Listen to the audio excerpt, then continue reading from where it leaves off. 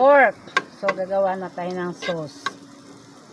With garlic sauce. With garlic chili sauce. Chili sauce. Halo lang lang. Chili sauce. Ano konti? Ayan. Konting mix lang. Ayan na siya. Pork.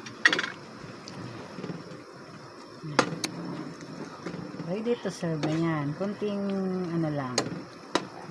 Yan yung ating pork fillet with chili sauce. Sweet chili sauce.